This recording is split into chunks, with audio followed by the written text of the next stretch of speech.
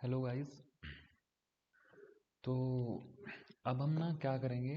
अब हम इस चैनल के ऊपर हम डालने जा रहे हैं फिजिक्स की वीडियोस, ठीक है ना। हम इस चैनल के ऊपर ट्वेल्थ फिजिक्स की जनरली अभी हम ट्वेल्थ फिजिक्स स्टार्ट कर रहे हैं और ट्वेल्थ फिजिक्स की वीडियोस आनी शुरू होगी इस चैनल के ऊपर। डेली एक वीडियो आया करेगी, ठीक है ना। हम मतलब बेसिकली तो हर एक चीज़ के लिए है कि हम बोर्ड्स को भी टारगेट कर ले और कॉम्पिटिशन्स को भी टारगेट कर ले, ठीक है ना। हम एनसीईआरटी फॉलो करेंगे, मेनली एनसीईआरटी के अकॉर्डिंग हम चलेंगे और एनसीईआरटी के मतलब जितनी प्रॉब्लम्स होगी हम मोस्टली कवर अप करने की कोशिश किया करेंगे अपनी वीडियोस में। और रेगुलर वीडियो रहेगी, ठीक है।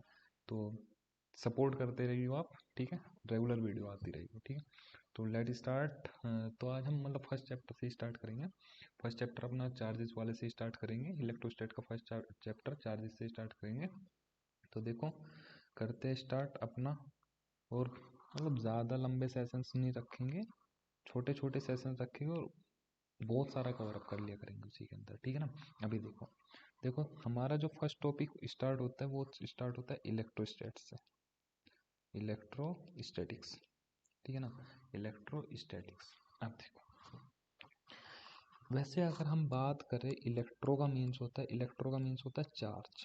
इलेक्ट्रो का मतलब क्या होता है? चार्ज। और स्टैटिक्स का मतलब होता है रेस्ट। तो अगर आपका चार्ज रेस्ट पे है, चार्ज किस चीज़ पे है? रेस्ट पे है, मतलब चार्ज रखा हुआ है, ना मूव कर रहा ना एक्सलेट कर रहा। चार्ज एक किसी पोजीशन पे रखा हुआ है। तो चार्ज रखे हुआ चार्ज कौन कौन सी प्रॉपर्टी को एक्सल्ट कर सकता है? जैसे इलेक्ट्रिक फील्ड निकाल सकता है, ठीक है ना। तो वे सारी प्रॉपर्टीज की चार्ज, रखा हुआ चार्ज कौन कौन सी प्रॉपर्टी को अराइज कर सकता है, वे सब हम किसके अंदर पढ़ते हैं? इलेक्ट्रोस्टैट के अंदर, ठीक है। फर्स्टली इस चैप्टर के अंदर जो पहला चैप्टर है उसके अंदर हम पढ़ेंगे चार्जेस के बारे में। तो पढ़ते हैं। तो इसकी हम लिख सकते हैं कि इसके अंदर हम क्या स्टडी करेंगे? प्रॉपर्टी अराइज ड्यू टू, ये ड्यू टू का साइन है मेरा, ठीक है ना। When charge is at rest, ठीक है ना। अगर चार्ज रेस्ट पे है, जो प्रॉपर्टी अराइज होगी वो हम किसके अंदर पढ़ते हैं? इलेक्ट्रोस्टैट के अंदर। सबसे पहले पढ़ते हैं हम electric charge. Electric electric charge, electric charge. अब वैसे तो हम बोलते हैं कि charge is an inherent property. अगर हम डेफिनेशन के अकॉर्डिंग जाए तो लिखते हैं हम charge is an inherent property. अब ये इनहेरेंट प्रॉपर्टी होती क्या है? होती क्या है? अब देखो, इनहेरिटेड, मान लो इनहेरिटेड कैरेक्टर क्या होते हैं? वे चीज़ें जो हमको माँ बाप से प्रोवाइड की जाती हैं उसको बोलते हैं बायो की भाषा में इनहेरिटेंस, ठीक है ना। तो जो चीज़ें माँ बाप से बच्चे के अंदर आती है उसको क्या बोलते हैं? इनहेरिटेंस। अब एक बात बताओ, अगर मान लो मेरे पास एक बॉडी है, बॉडी है, कोई एक भी बॉडी है, कोई एक बॉक्स है, कुछ भी है, इसके अंदर चार्ज है या नहीं है? मन के अंदर सोचो, इसके अंदर फिलहाल के टाइम पे चार्ज है, लेकिन जितना पॉजिटिव चार्ज है मैग्नीट्यूड में, उतना ही, ये मैग्नीट्यूड का साइन होता है, मोड मतलब मैग्नीट्यूड, उतना ही नेगेटिव चार्ज है। तो जितना पॉजिटिव चार्ज है उतना ही नेगेटिव चार्ज है इस बॉडी के अंदर। अगर मैं इस बॉडी से तोड़ के दो बॉडी बना दूं, दो छोटी बॉडी बन जाएगी। तो एक बड़ी बॉडी से दो बॉडी बन गई। अगर हम इसको बोल सकते हैं पेरेंट और इनको हम बोल सकते हैं डॉटर, बोल लो। तो पेरेंट्स से बच्चे बन गए। अब एक बात बताओ, जितना पॉजिटिव मतलब जितना चार्ज पेरेंट्स के अंदर था वही चार्ज इनके अंदर ट्रांसफर हुआ, लेकिन आधा आधा ट्रांसफर हुआ होगा। तो इसलिए बोलते हैं कि जो चार्ज पहली बॉडी से जो नई बॉडी बनती है उसी का चार्ज दूसरी बॉडी में क्या हो जाता है? ट्रांसफर हो जाता है, मतलब इनहेरेंट प्रॉपर्टी होती है, ठीक है। तो एक डेफिनेशन है हल्की सी कि charge is an inherent property. Charge को हम अगर हम पैदा करते हैं तो वो भी किस में होता है? पेयर प्रोडक्शन में होता है, पेयर एनिलेशन आगे पढ़ते हैं उसको जाके, ठीक है ना। फिलहाल इतना ध्यान रखो कि charge is an inherent property okay body. अब देखो, चार्ज प्रोड्यूस कैसे कर सकते हैं? अब पढ़ते हैं method of charging. Method of charging, charging के तरीके। देखो, सबसे पहला मेथड होता है ट्रांसफर ऑफ चार्ज। क्या होता है? Transfer of charge, transfer of charge. अबे ट्रांसफर ऑफ चार्ज कैसे होता है? मान लो एक कोई चार्ज बॉडी है, ये कोई चार्ज बॉडी है, इस पे मान लो पॉजिटिव चार्ज है, ठीक है। और एक ये कोई बॉडी रखी है, न्यूट्रल बॉडी है। न्यूट्रल बॉडी मतलब जिस इसके अंदर जितना पॉजिटिव चार्ज है उतना ही नेगेटिव चार्ज है। हम ये नहीं कह सकते कि न्यूट्रल बॉडी पे कोई चार्ज, न्यूट्रल बॉडी के अंदर कोई चार्ज नहीं होता। ये बिल्कुल गलत सेंटेंस है कि न्यूट्रल बॉडी के अंदर कोई चार्ज नहीं होता। न्यूट्रल बॉडी के अंदर जितना पॉजिटिव चार्ज होता है उतना ही नेगेटिव चार्ज होता है, ठीक है ना। अब देखो ट्रांसफर ऑफ चार्ज से कैसे, मान लो ये न्यूट्रल बॉडी है, ये दूसरी कौन सी बॉडी है, न्यूट्रल बॉडी, न्यूट्रल बॉडी, और ये कैसी बॉडी थी, पॉजिटिवली चार्ज बॉडी। अब इस पॉजिटिवली चार्ज बॉडी से मेरे को इस न्यूट्रल बॉडी को चार्ज करना है, कुछ भी नहीं, ट्रांसफर करना है चार्ज को, सीधा जाके टच कर दो। इस पॉजिटिवली चार्ज बॉडी का कुछ चार्ज दूसरी बॉडी पे क्या हो जाएगा, ट्रांसफर हो जाएगा। तो इसको बोलेंगे transfer of charge by touching. तो ट्रांसफर ऑफ चार्ज कैसे होता है, अगर किसी एक बॉडी से दूसरी बॉडी को चार्ज करना है तो ट्रांसफर कैसे कर सकते हैं, टचिंग। इसमें टचिंग होनी जरूरी है, अगर टच नहीं करेंगे तो ट्रांसफर नहीं होने। तो एक मेथड तो होगा कि हमने एक बॉडी चार्ज थी दूसरी बॉडी न्यूट्रल थी, उन दोनों को टच कर दिया तो चार्ज बॉडी का कुछ, जो चार्ज बॉडी थी उसका कुछ चार्ज किस पे चला गया, न्यूट्रल बॉडी पे चला गया, ठीक है, नॉर्मल चीज। दूसरी मेथड पे चलते हैं, charging by friction, charging by friction. अब ये चीजें तो सबने देखी होगी, क्या होता है, सुबह सुबह अपने सब बाल सेट करते हैं, तो देखते हैं कि अगर हम कोम्ब को हेयर से निकालते रहे निकालते रहे निकालते रहे तो एक पॉइंट आता है कि वो जो कोम्ब है वो छोटे छोटे पीसीज ऑफ पेपर को अट्रैक्ट करना शुरू कर देता है अपनी तरफ। देखो होगा, नोटिस की होगी सबने बात। तो क्या होता है, अगर हम कोई भी दो मटेरियल ले ले, दो मटेरियल ले ले और उनको घिसते रहे घिसते रहे घिसते रहे घिसते रहे, रब करते रहे, फ्रिक्शन करते रहे, तो क्या होगा, देखो मान लो एक बॉडी ये है और दूसरी बॉडी हम बना लेते हैं, और इन दोनों को हम फ्रिक्शन करते रहे, मतलब घिसते रहे आपस में ऐसे, ये वाली बॉडी और ये वाली बॉडी। तो घिसने से क्या होगा, मान लो इसके अंदर जो इलेक्ट्रॉन है, मान लिया, मेरे को नहीं पता, इलेक्ट्रॉन इसके अंदर क्या है, लूजली बाउंड, लूजली बाउंड। और ये जो व्हाइट वाली बॉडी अपने, इसके अंदर इलेक्ट्रॉन क्या है, टाइटली बाउंड। तो अगर इसके अंदर इलेक्ट्रॉन टाइटली बाउंड है और पहली वाली बॉडी के अंदर इलेक्ट्रॉन लूजली बाउंड है, तो जैसे हम घिसते रहेंगे, हाँ अगर हम हाथों को भी घिस के देखें तो हीट एनर्जी प्रोड्यूस होती है, क्या प्रोड्यूस होती है, हीट एनर्जी। और वो हीट एनर्जी जिस बॉडी के इलेक्ट्रॉन लूजली बाउंड हो गए उस बॉडी से इलेक्ट्रॉन को क्या कर देगा, बाहर निकाल देगा, क्योंकि वो हीट किस चीज में यूज होगी, उस बॉडी के इलेक्ट्रॉन को, जिस बॉडी के इलेक्ट्रॉन लूजली बाउंड थे उसके इलेक्ट्रॉन को बाहर निकाल देगी। और बाहर आने के बाद किसके इलेक्ट्रॉन लूजली बाउंड थे, पीली वाली बॉडी के, तो मान लो तो ये इलेक्ट्रॉन इस बॉडी से निकल के इस बॉडी में आ जाएंगे, क्योंकि इसके तो टाइटली बाउंड थे तो इसके तो इतनी हीट में नहीं निकल पाने के। तो इसके बाद हमारे को क्या देखने को मिलेगा, ये वाइट वाली बॉडी थी और ये येलो वाली बॉडी। मान लो 10 इलेक्ट्रॉन का ट्रांसफर हुआ, कितने इलेक्ट्रॉन का, 10 इलेक्ट्रॉन का ट्रांसफर हुआ। तो अगर 10 इलेक्ट्रॉन का ट्रांसफर हो रहा है तो इस वाइट वाली बॉडी पे 10 इलेक्ट्रॉन एक्स्ट्रा आ जाएंगे, मतलब मैं लिख सकता हूँ 10 नेगेटिव चार्ज आ जाएगा और इस पर 10 अमाउंट में पॉजिटिव चार्ज आ जाएगा। तो अगर ये जो इलेक्ट्रॉन का ट्रांसफर हुआ है ये किससे हुआ, बाई रबिंग, फ्रिक्शन वाली एनर्जी से। तो पीली वाली बॉडी से व्हाइट वाली बॉडी में कितने इलेक्ट्रॉन चले गए उठ के, 10 इलेक्ट्रॉन चले गए। तो 10 इलेक्ट्रॉन के बराबर व्हाइट वाली बॉडी पे नेगेटिव चार्ज आ जाएगा और 10 इलेक्ट्रॉन के बराबर पीली वाली बॉडी पे पॉजिटिव चार्ज आ जाएगा। ये बात सबको पता होगी मेरे हिसाब से। चार्ज ऑन इलेक्ट्रॉन कितना होता है, माइनस के 1.6 इंटू 10⁻⁻19 कूलम, ठीक है, माइनस का होता है। और चार्ज ऑन प्रोटॉन, इलेक्ट्रॉन और प्रोटॉन का चार्ज बराबर होता है लेकिन इससे पॉजिटिव अमाउंट में होता है, 1.6 इंटू 10⁻⁻19 कूलम। यहाँ तक तो कोई दिक्कत नहीं। तो अगर इस पे 10 नेगेटिव चार्ज आ गए तो इसको हम लिख सकते हैं, अगर मैं चार्ज की बात करूँ Q इक्वल टू 10, 10 इलेक्ट्रॉन गए, एक इलेक्ट्रॉन का चार्ज कितना है, माइनस के 1.6 इंटू 10⁻⁻19। तो इसको मैं लिख सकता हूँ -1.6 इंटू 10⁻80।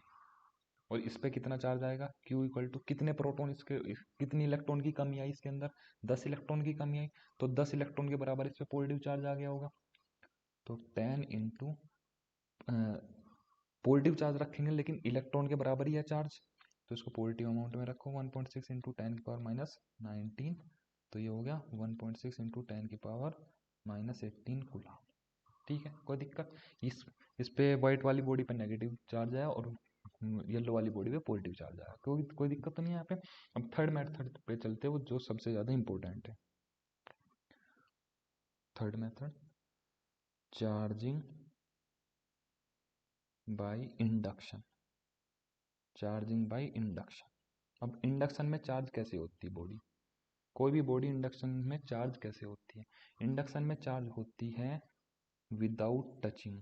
हम दो बॉडी को टच भी नहीं करने का, और एक चार्ज बॉडी से दूसरी चार्ज बॉडी क्या हो जाएगी? चार्ज हो जाएगी। लेकिन यहाँ पे हम एक कंसेप्ट पढ़ेंगे, बहुत प्यारा सा कंसेप्ट होता है अर्थिंग का। किसका कंसेप्ट होता है? अर्थिंग का। अब ध्यान से सुनना, बहुत ध्यान से देखो। मान लो एक बॉडी है, ये पॉजिटिव चार्ज है, ये पॉजिटिवली चार्ज है। पॉजिटिवली चार्ज कैसी हुई होगी? इसके कोई ना कोई इलेक्ट्रॉन उठा के बाहर रख दिए होगे, तो ये पॉजिटिव चार्ज आ गया उस पर। ठीक है, एक न्यूट्रल बॉडी है। अब खुद मन में सोचो, न्यूट्रल बॉडी पे चार्ज, न्यूट्रल बॉडी के अंदर चार्ज होता है या नहीं होता है? सोचो, न्यूट्रल बॉडी के अंदर तो चार्ज होता है, लेकिन जितना पॉजिटिव चार्ज होता है उतना ही नेगेटिव चार्ज होता है। ठीक है, अच्छा, अब क्या हुआ? इन बॉडी को हम पास पास ले आए, लेकिन टच नहीं करने के एक दूसरे से, पास पास लेके आएंगे। इसको दूसरे कलर से बना लेते हैं ताकि थोड़ा अच्छा नजर आए। पास पास लेके आ गए, टच नहीं किया, पास पास लेके आए बस। इस पे पॉजिटिव चार्ज था, तो टच तो किया नहीं, तो क्या होगा? पॉजिटिव चार्ज किसको अट्रैक्ट करेगा अपनी तरफ? नेगेटिव चार्ज को। ये तो दुनिया का दस्तूर है बेटा, पॉजिटिव तो नेगेटिव को अट्रैक्ट करेगा। नेगेटिव, इसके दूसरे साइड क्या बच जाएगा? जितना इधर नेगेटिव अट्रैक्ट हुआ उतने उधर क्या हो जाएगा? पॉजिटिव, क्योंकि उधर का नेगेटिव भी इधर उठ के आ गया, तो इधर की साइड क्या आ जाएगा? पॉजिटिव। कोई दिक्कत? यहाँ तक तो कोई दिक्कत। अब इसके बाद करेंगे हम इसको अर्थिंग, पीले वाली बॉडी को। अब अर्थिंग में क्या होता है देखो, अर्थिंग को हम बहुत डिटेल में पढ़ेंगे सेकंड चैप्टर में, लेकिन यहाँ पे एक बात ध्यान रख लो बस, थोड़ा सा समझा भी दूंगा, हिंट भी दे दूंगा। अर्थिंग क्या होता है? एक्सेस चार्ज, एक्सेस चार्ज को किसी भी बॉडी पे अगर क्या हो, एक्सेस चार्ज किसके अंदर ट्रांसफर हो जाता है? ट्रांसफर हो जाता है अर्थ के अंदर। किसी भी बॉडी पर अगर एक्सेस चार्ज आ रखा है, उसको किसके अंदर ट्रांसफर कर देते हैं? अर्थ के अंदर। कभी भी आपने देखा होगा, मैं थोड़ा सा साइड में समझा देता हूँ आपको। जितने भी आपके आयरन के इलेक्ट्रिकल इंस्ट्रूमेंट होते हैं, आयरन मतलब लोहे से बने हुए इलेक्ट्रिकल इंस्ट्रूमेंट होते हैं, जैसे मान लो एक तो आपका आयरन प्रेस ही हो गई, रेफ्रिजरेटर, ठीक है ना। मतलब जितने भी जिनको टच करने पे हमको करंट लग सकता है, जिनको टच करने पे हमको करंट लग सकता है, इनके अंदर आपने ध्यान से देखा होगा 3 पिन प्लग होता है, 3 पिन प्लग। ठीक है, और जबकि जो किसके इंस्ट्रूमेंट होते हैं? प्लास्टिक के इलेक्ट्रिकल इंस्ट्रूमेंट होते हैं। प्लास्टिक के जो इलेक्ट्रिकल इंस्ट्रूमेंट होते हैं, उनके अंदर कितने पिन प्लग होता है? ध्यान से देखना, 2 पिन प्लग होते हैं। एक वॉशिंग मशीन का जिक्र चलता है, वॉशिंग मशीन को लोग बाग बोलते हैं कि प्लास्टिक की होती है, लेकिन उसके अंदर भी 3 पिन प्लग पाया जाता है। लेकिन भैया वॉशिंग मशीन के अंदर जो मोटर होता है वो किसका होता है? आयरन का होता है। और जब पानी डालते हो तो पानी में तो करंट आ सकता है ना, तो इसलिए उसके अंदर भी कौन सा पिन, कितने पिन प्लग देते हैं? 3 पिन प्लग देते हैं। अब देखो, मान लो कोई एक इंस्ट्रूमेंट है, रेफ्रिजरेटर मान लो। अब जो 3 पिन प्लग होता है, जो 3 पिन प्लग होता है, एक होता है लाइव वायर, एक होता है न्यूट्रल वायर। लाइव और न्यूट्रल से तो, लाइव से इलेक्ट्रिसिटी जाती है, न्यूट्रल से वापस आ जाती है, ठीक है ना। और तीसरा होता है अर्थिंग, तीसरी क्या होती है? अर्थिंग। मान लो बाई चांस ये जो लाइव वायर इसके अंदर जा रहा था और न्यूट्रल सर्किट कंप्लीट कर रहा था, यहाँ पे कोई बीच में मोटर है जो भी है, मान लो बाई चांस ये लाइव वायर इससे टच हो गया फ्रिज की बॉडी से।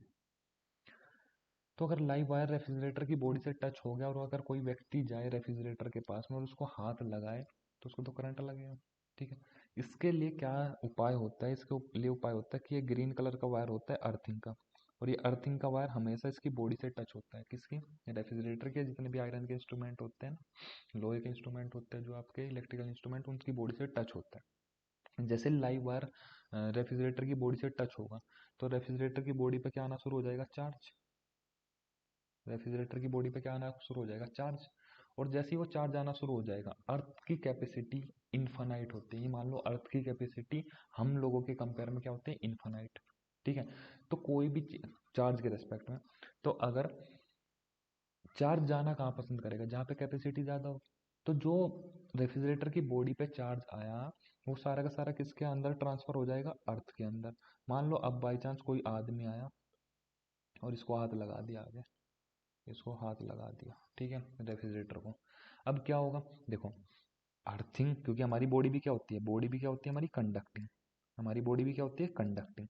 तो चार्ज यहाँ से भी ट्रांसफर हो सकता है, चार्ज यहाँ से भी ट्रांसफर हो सकता है, लेकिन हमारी कैपेसिटी अर्थ के रेस्पेक्ट में तो बहुत कम है, क्योंकि अर्थ तो बहुत बड़ी होती है। अगले चैप्टर में हम कैपेसिटेंस पढ़ेंगे तो उसमें हम दिखाएंगे जितना बड़ा रेडियस होगा उतनी ज़्यादा कैपेसिटी होगी, स्फेरिकल कैपेसिटर पढ़ेंगे। तो अर्थ तो बहुत बड़ी है हमारे रेस्पेक्ट में, तो अर्थ की कैपेसिटी हमसे तो बहुत ज़्यादा है। तो जो चार्ज होगा वो वहाँ पे जाना पसंद करेगा जिसकी कैपेसिटी क्या होगी, ज़्यादा। इसलिए जो चार्ज है, जो एक्सेस चार्ज है लाइव वायर टच होने की वजह से रेफ्रिजरेटर पे, वो किस में चला जाएगा, अर्थ में चला जाएगा, due to the wire of earthing. तो ये जो आदमी है जो उसको टच कर रहा है ये क्या हो जाएगा, सेफ। ठीक है, तो अर्थिंग का क्या काम होता है, अर्थिंग का ये काम होता है कि किसी भी बॉडी पे जो एक्सेस चार्ज होता है वो अपने अंदर ले जाता है। ठीक है, जिसकी वजह से जो एक्सेस चार्ज अंदर जाने की वजह से जो भी हमारे जो आयरन के इलेक्ट्रिकल इंस्ट्रूमेंट है हमको करंट नहीं लग पाता। ठीक है, तो इसलिए अर्थिंग थोड़ी ज़्यादा इंपॉर्टेंट होती है घरों में। ठीक है, अच्छा अब वापस आते हैं, सीख लिया बहुत कुछ। अब देखो एक्सेस चार्ज हमेशा किस में ट्रांसफर हो जाता है, अर्थ में। अब देखो अर्थ का साइन कैसे होता है, अर्थिंग का साइन ऐसे होता है, ऐसे। ठीक है, अब देखो करते हैं इसको अर्थिंग, तो कुछ ऐसा बनेगा, ऐसा बनेगा। इस पे पॉजिटिव चार्ज मतलब टच तो करना ही नहीं, इस पे पॉजिटिव चार्ज था, जिसको भाई स्लो लग रही होगी वीडियो वो फास्ट फॉरवर्ड में देख लेना। ये नेगेटिव चार्ज था और इधर की तरफ पॉजिटिव चार्ज था। जैसे ही हमने अर्थिंग किया, जैसे ही हमने क्या किया, अर्थिंग, ये कर दिया हमने अर्थिंग। अब देखो एक बात बताओ, ये जो ये वाला नेगेटिव चार्ज है, मैं दूसरे कलर से, ये वाला जो नेगेटिव चार्ज है ये बाउंड चार्ज है इस पॉजिटिव चार्ज के साथ में या फ्री चार्ज है, पॉजिटिव तो नेगेटिव को अट्रैक्ट करके रखेगा, तो नेगेटिव वाला तो बाउंड चार्ज है। ये पॉजिटिव वाला चार्ज इसको जाने नहीं देगा क्योंकि ये तो इसकी तरफ क्या है, अट्रैक्ट। लेकिन ये पॉजिटिव इस पॉजिटिव को तो क्या कर रहा है, रिपेल, क्योंकि पॉजिटिव पॉजिटिव को क्या करता है, रिपेल। हमेशा लाइक चार्जेस एक दूसरे को क्या करते हैं, रिपेल। पॉजिटिव पॉजिटिव को रिपेल करेगा, नेगेटिव नेगेटिव को रिपेल करेगा, पॉजिटिव नेगेटिव को अट्रैक्ट करेगा। तो जो पॉजिटिव चार्ज है ये नेगेटिव को क्या कर रखा है, अट्रैक्ट, और इस पॉजिटिव को क्या कर रखा है, रिपेल। तो ये पॉजिटिव चार्ज तो फ्री है, लेकिन ये वाला नेगेटिव चार्ज तो क्या है, बाउंड चार्ज है, तो नेगेटिव चार्ज तो नहीं जा पाने का इसको छोड़ के। तो अब देखो क्या होगा, अब देखो नेक्स्ट स्टेप में देखते हैं।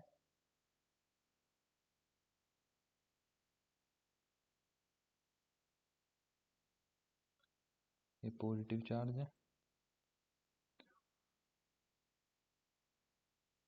ये नेगेटिव चार्ज है, और ये हमने कर दिया अर्थिंग। तो अर्थिंग की वजह से जो ये पॉजिटिव चार्ज था, ये जो पॉजिटिव चार्ज था ये इधर की तरफ चला गया अर्थ के अंदर। अब सिर्फ इस वाले दूसरे वाले कंडक्टर पे, येलो वाले कंडक्टर पे सिर्फ कैसा चार्ज बचा, नेगेटिव चार्ज। अब एक काम करो, अर्थिंग हटा दो और इन दोनों कंडक्टर को कर दो सेपरेट। तो ये कंडक्टर ये हो गया, दूसरा कंडक्टर ये हो गया।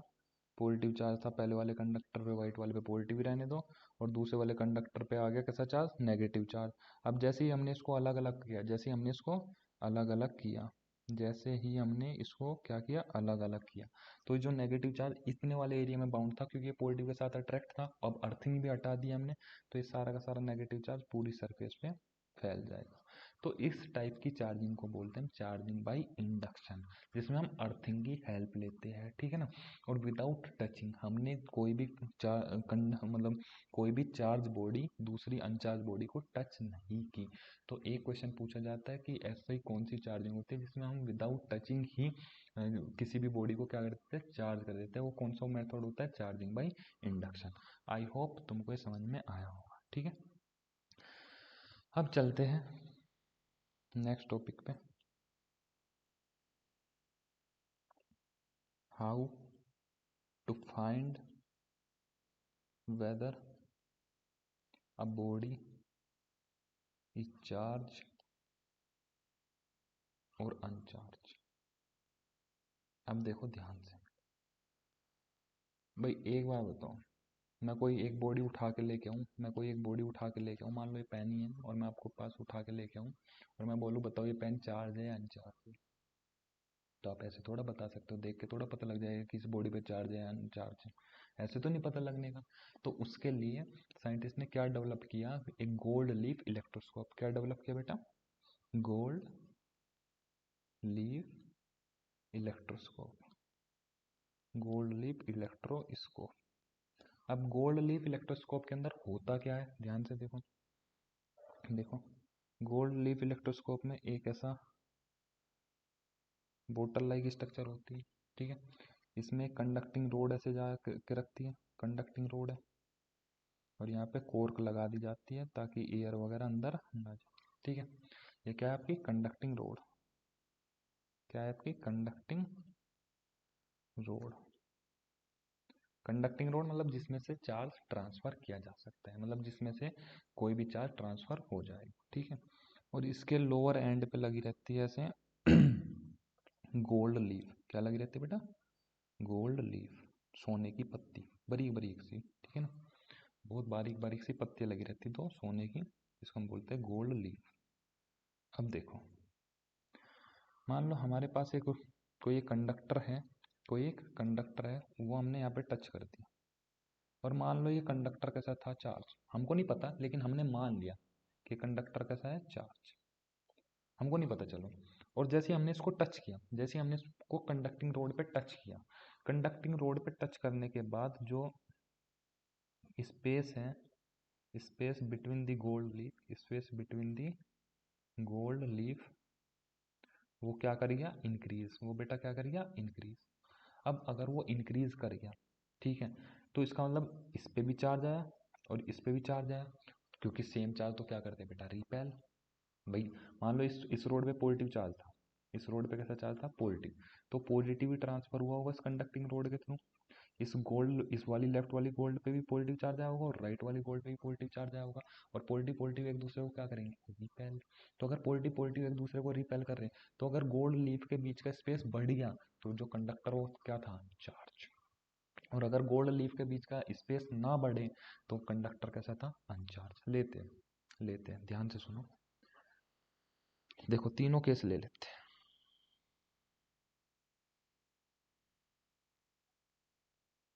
तीनों केस ले लेते हैं। अगर अपना कंडक्टर कैसा है, अनचार्ज, जो हम कंडक्टर ले गए वो कैसा है, अनचार्ज। दूसरा वो है पॉजिटिवली चार्ज, और तीसरा वो है नेगेटिवली चार्ज। कैसा है बेटा, नेगेटिवली चार्ज। अब ध्यान से सुनो, यहाँ पे भी बनाते हैं अपना गोल्ड लीफ इलेक्ट्रोस्कोप, बना लेते हैं।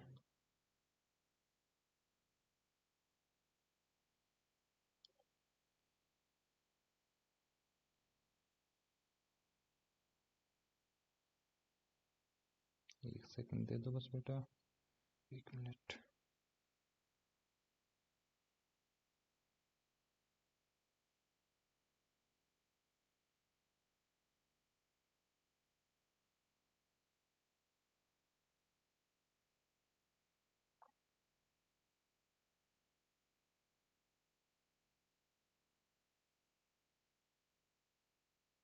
ठीक है, समझ लेना बस।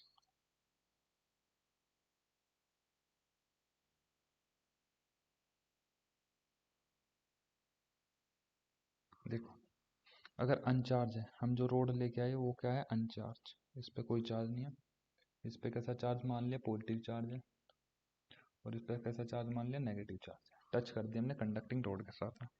अगर कोई चार्ज नहीं है, अगर कोई चार्ज नहीं है तो कंडक्टिंग रोड में से कोई भी चार्ज ट्रांसफर नहीं होगा, ना ही गोल्ड लीफ पे कोई चार्ज आएगा, ना कोई चार्ज नहीं आएगा गोल्ड लीफ पे, तो कोई भी अट्रैक्शन और रिपल्सन नहीं होने का।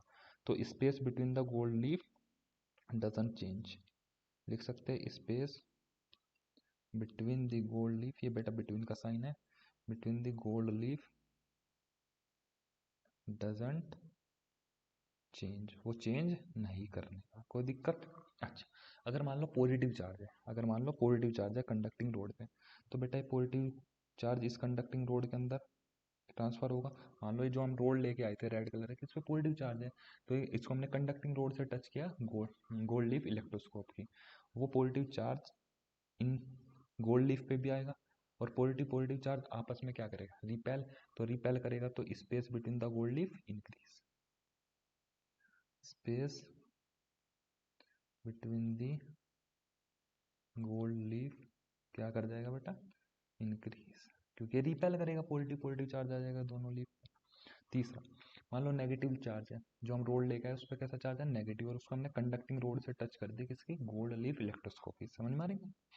तो ये नेगेटिव चार्ज आएगा, ये नेगेटिव चार्ज आएगा, ये नेगेटिव चार्ज आएगा, और negative charge in gold leaf पे भी ट्रांसफर होगा, और नेगेटिव नेगेटिव भी क्या करेगा एक दूसरे को रिपेल, क्योंकि सेम चार्ज तो क्या करते हैं बेटा, रिपेल।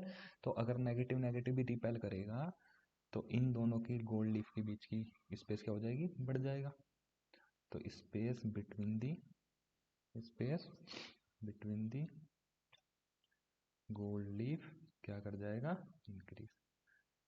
तो अगर किसी रोड को टच करने के बाद space between the gold leaf क्या हो जा रहा है, इंक्रीज हो जा रहा है, इसका मतलब हम कह सकते हैं कि वो वहां पे जो हम रोड लेके आए थे वो कैसी थी, चार्ज थी, और अगर space between the gold leaf doesn't change, कुछ चेंज नहीं आ पा रहा है उसमें, तो इसका मतलब जो हमारी जो रोड हम लेके आए वो कैसी थी, अनचार्ज। आई होप तुमको ये टॉपिक भी समझ में आ गया। नेक्स्ट टॉपिक पे चलते हैं, ये भी हो गया है हमारा, अब नेक्स्ट टॉपिक पे चलते हैं। अब यहाँ से शुरू होता है असली चीजें, ठीक है, अब थोड़ा ध्यान लगाना शुरू करते हैं ना, ठीक है। बेसिक प्रॉपर्टीज ऑफ चार्ज, और अगर आपको ये नोट्स चाहिए जो मैं लिख रहा हूँ, तो नीचे कमेंट बॉक्स में डाल देना कि हमको ये नोट्स चाहिए, तो मैं आपको इसकी पीडीएफ बना के दे दिया करूँगा, ठीक है ना बेटा, लिख देना।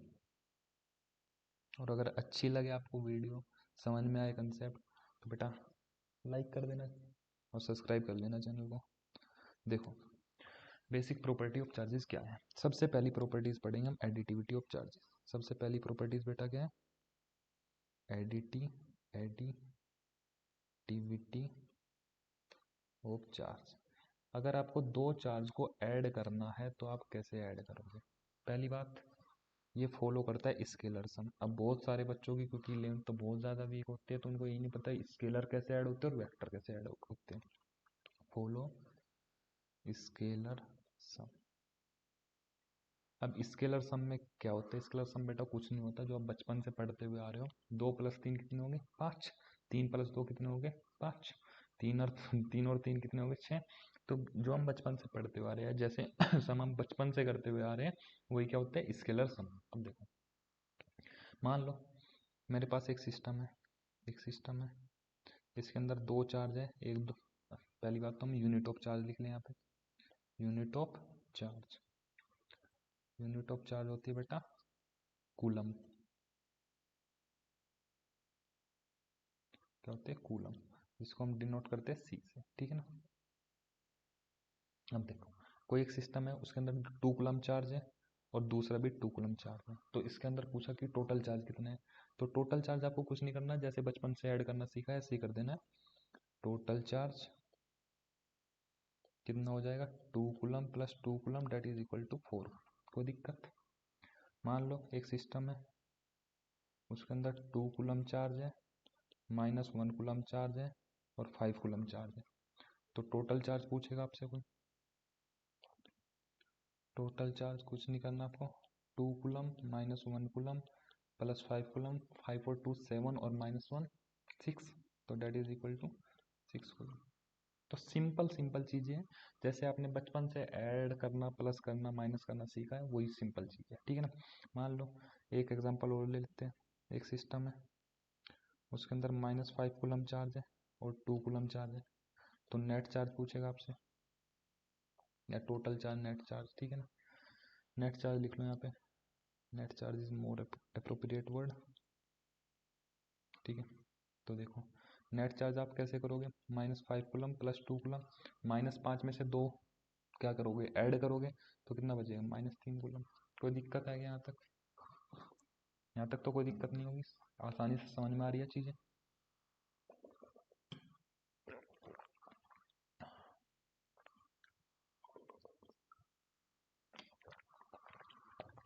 चलो अब चलते हैं नेक्स्ट पे। दूसरी प्रॉपर्टी, चार्ज इज, या conservation of charge, conservation of charge. बेटा आपने एक चीज़ तो पढ़ी होगी बचपन से, मतलब 9th 10th क्लास से पढ़ते हुए आ रहे होगे, conservation of energy. Conservation of energy का मतलब क्या है, energy can not be created not be destroyed but convert one form to another form. अब यहाँ पे भी conservation of charge means charge can not be created nor be destroyed. ध्यान से सुनना, तो थोड़ा सा एनसीईआरटी से बाहर भी बताऊंगा यहाँ पे, लेकिन लास्ट में आएगा एनसीईआरटी में हो जाएगा। Charge can not be created, बेटा बस इतना कर लोगे ना, जितना मैं पढ़ा रहा हूँ अगर इतना कर लोगे तो हर एक चीज में फोड़ दोगे। बस इतने को ही ध्यान से पढ़ लेना है आपको, एक लेक्चर, क्योंकि एक बार के में समझ में नहीं आती चीजें, ठीक है। अगर कोई शुरुआत से पढ़ रहा है उसको धीरे धीरे समझ में आएगी, तो रिपीट करके देख लिया करो, सेकंड टाइम फास्ट फॉरवर्ड में देख लो, लेकिन देखो, क्योंकि फिजिक्स है बेटा, एक बार में समझ में बहुत कम आती है, ठीक है ना। Charge can not be created nor be destroy, ठीक है। लेकिन बिल्कुल बच्चों की तरह पढ़ाऊंगा, लेमैन भाषा में पढ़ाऊंगा कि हर एक इंसान को समझ में आ जाए, ऐसी कोशिश करूंगा, ठीक है ना। Charge can not be created not B destroy, ना तो हम चार्ज को क्रिएट कर सकते हैं, ना हम चार्ज को डेस्ट्रॉय कर सकते हैं, लेकिन दो चीज आती है यहाँ पे देखो। इफ प्रोड्यूस, अगर चार्ज को हम प्रोड्यूस करना चाहते हैं, अगर हम चार्ज को प्रोड्यूस करना चाहते हैं, वो always produce in equal and opposite pair. यहाँ पे देखो, always produce in equal and opposite pair. इस फिनोमेना को बोलते हैं बेटा पेयर प्रोडक्शन। क्या बोलते हैं इसको हम, पेयर प्रोडक्शन। एक फिनोमेना होती है जिसमें दो चार्ज प्रोड्यूस होते हैं, दो चार्ज प्रोड्यूस होते हैं। मान लो ये कोई न्यूक्लियस है, ये थोड़ा एनसीईआरटी से बाहर जा रहा हूँ लेकिन माइंड में रख लेना क्योंकि पूछ ली जाती है चीज़ें। ये कोई न्यूक्लियस है, इस पर लाइट के पार्टिकल डाला है। अब लाइट के पार्टिकल को हम वेव्स में पढ़ेंगे आगे जाके, अभी ज़्यादा टेंशन लेने की लोड नहीं है। उसको हम एच न्यू से दिखाते हैं, लाइट का वो जो पार्टिकल है उसकी एनर्जी को हम किससे दिखाते हैं, एच न्यू। न्यू क्या होती है बेटा यहाँ पे, फ्रीक्वेंसी। न्यू क्या होती है यहाँ पे, फ्रीक्वेंसी। कोई लोड लेने की जरूरत नहीं, माइंड पे लोड लेने की जरूरत नहीं कि मेरे को समझ में नहीं आ रहा, इसको हम आगे पढ़ेंगे जाके, थोड़ा सा सीख लो यहाँ पे। एच क्या होता है यहाँ पे, प्लैंक्स कांस्टेंट, प्लैंक्स कांस्टेंट। तो जैसे ही हमने किसी लाइट के पार्टिकल को न्यूक्लियस पे डाला, तो एक इलेक्ट्रॉन निकल के बाहर आता है और एक पॉजिट्रॉन बाहर निकल के आता है, ठीक है। एक इलेक्ट्रॉन निकल के बाहर आता है, एक पॉजिट्रॉन बाहर आता है। जितना इलेक्ट्रॉन पे नेगेटिव चार्ज है उतने पॉजिट्रॉन पे पॉजिटिव चार्ज है। तो अगर कोई चार्ज प्रोड्यूस भी हो रहा है, तो जितना नेगेटिव चार्ज प्रोड्यूस होगा उतना ही पॉजिटिव चार्ज प्रोड्यूस होगा। मान लो यहाँ पे मेरे यहाँ पे नेगेटिव चार्ज प्रोड्यूस हुआ, तो इस पूरी दुनिया में, ब्रह्मांड में कहीं ना कहीं पॉजिटिव चार्ज प्रोड्यूस जरूर हुआ होगा, ठीक है ना। तो जितना दुनिया में नेगेटिव चार्ज प्रोड्यूस होगा उतना ही पॉजिटिव चार्ज प्रोड्यूस होगा, ठीक है ना। तो अगर कभी कोई चार्ज पार्टिकल, देखो लाइट है, लाइट कहीं से भी आ रही होती है, वो तो कोई चार्ज नहीं होता, वो तो न्यूट्रल होते हैं। तो लाइट तो क्या होते हैं, न्यूट्रल। जितना पॉजिटिव चार्ज प्रोड्यूस हुआ उतना ही नेगेटिव चार्ज प्रोड्यूस हुआ, अल्टीमेट इधर भी सिस्टम कैसा रहा, न्यूट्रल। तो अगर कभी प्रोडक्शन हो रखा है चार्ज का, तो जितना पॉजिटिव चार्ज प्रोड्यूस होगा उतना ही नेगेटिव चार्ज प्रोड्यूस होगा, ताकि अल्टीमेट अपना जो सिस्टम है या यूनिवर्स है वो कैसा रहे, न्यूट्रल, ठीक है। अच्छा, अगर डेस्ट्रॉय हो रहा है बेटा, इफ डेस्ट्रॉय, अगर चार्ज अपने क्या हो रहे हैं, डेस्ट्रॉय, तो always destroy in opposite pair, हमेशा अपोजिट पेयर में क्या हो गए, destroy, जिसको हम क्या बोलेंगे, पेयर एनिलेशन। बेटा स्पेलिंग मेरी थोड़ी गलत हो सकती है लेकिन समझ लेना, लेकिन बोलेंगे पेयर एनिलेशन, ठीक है ना। अच्छा मान लो ये कोई न्यूक्लियस है, इस पे इधर से एक इलेक्ट्रॉन आएगा और एक पॉजिट्रॉन आएगा, जितने इलेक्ट्रॉन पे पॉजिटिव चार्ज उतने पॉजिट्रॉन पे पॉजिटिव चार्ज, ठीक है ना। और इधर से क्या निकल जाएगा, लाइट का पार्टिकल, और लाइट तो बेटा क्या है, न्यूट्रल, लाइट तो क्या है, न्यूट्रल। तो इधर भी सिस्टम न्यूट्रल था क्योंकि जितना पॉजिटिव चार्ज मरा उतना ही नेगेटिव चार्ज मरा, तो इधर भी न्यूट्रल रहा और उधर भी क्या रहा, न्यूट्रल, ठीक है, कोई दिक्कत। तो इस टाइप, वैसे तो कंजर्वेशन ऑफ चार्ज में सिर्फ आपको इतना जानना है कि charge can not be created not B destroy, लेकिन अगर प्रोड्यूस हो रहा है तो always occur in opposite pair, और अगर डेस्ट्रॉय हो रहा है तो always destroy in opposite pair, ठीक है ना। चलो अब सबसे इंपॉर्टेंट जो यहाँ से चीजें आती है निकल के, सबसे इंपॉर्टेंट आता है क्वांटाइजेशन ऑफ चार्ज। क्या आता है बेटा, क्वांटाइजेशन ऑफ चार्ज।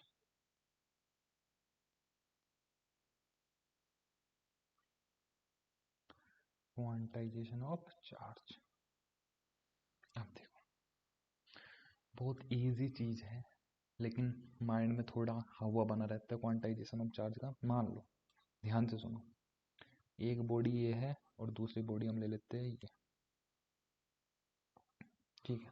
अब देखो मान लो इस बॉडी का नाम 1 है और दूसरी बॉडी का नाम 2 है। मान लो मेरे को 1 वाली बॉडी से 2 वाली बॉडी पे कुछ चार्ज ट्रांसफर करना है, 1 वाली बॉडी से 2 वाली बॉडी पे कुछ चार्ज ट्रांसफर करना है। एक सेकंड देख ले, वीडियो सही चल रही है क्या, सही है।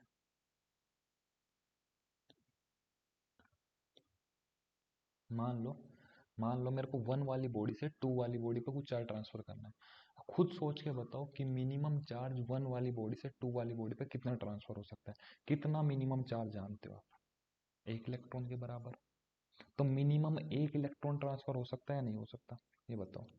अगर 1 वाली बॉडी से 2 वाली बॉडी पे मेरे को कोई चार्ज ट्रांसफर करना पड़ जाए तो मिनिमम कितना चार्ज ट्रांसफर हो सकता है, 1 इलेक्ट्रॉन के चार्ज के बराबर। 1 इलेक्ट्रॉन के चार्ज को हम डिनोट करते हैं ई से, और वो हमको पहले ही पता है कितना होता है, माइनस के 1.6 इंटू 10⁻⁹ कोई दिक्कत, कूलम, इसकी यूनिट भी ले लो कूलम। तो मिनिमम चार्ज एक बॉडी से दूसरी बॉडी पे कितना ट्रांसफर हो सकता है, 1 इलेक्ट्रॉन के चार्ज के बराबर।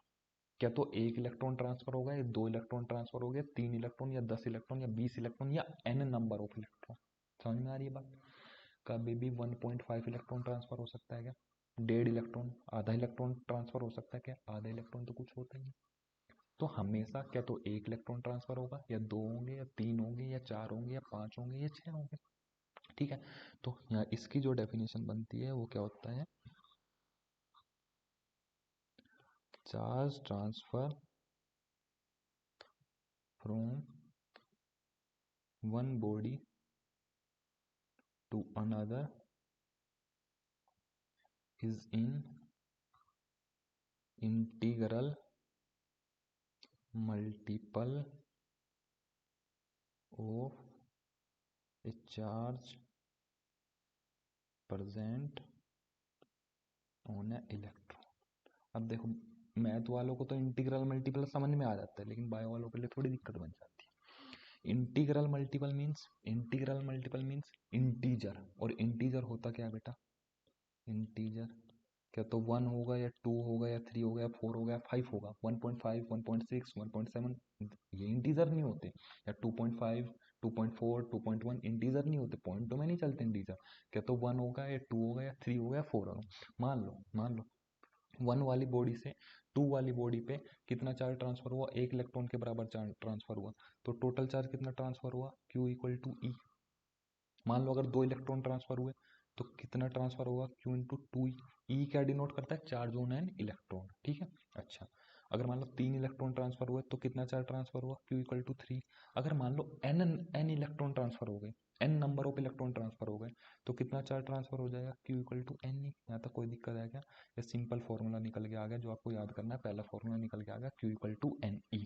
क्वांटाइजेशन ऑफ चार्ज क्या था बेटा, किसी एक बॉडी से अगर दूसरी बॉडी पे हमको क्या करना है, चार्ज को ट्रांसफर करना है, तो किसके इंटीग्रल मल्टीपल में होगा, चार्ज प्रेजेंट होना है ना इलेक्ट्रॉन, क्योंकि इससे छोटा और इसके बीच में कोई चार्ज ट्रांसफर नहीं हो सकता। क्या तो 1 इलेक्ट्रॉन के चार्ज के बराबर ट्रांसफर होगा, या 2 इलेक्ट्रॉन के बराबर होगा, 3 इलेक्ट्रॉन के बराबर होगा। यहाँ तक कोई दिक्कत होगी तो बेटा कमेंट में डाल देना, ठीक है।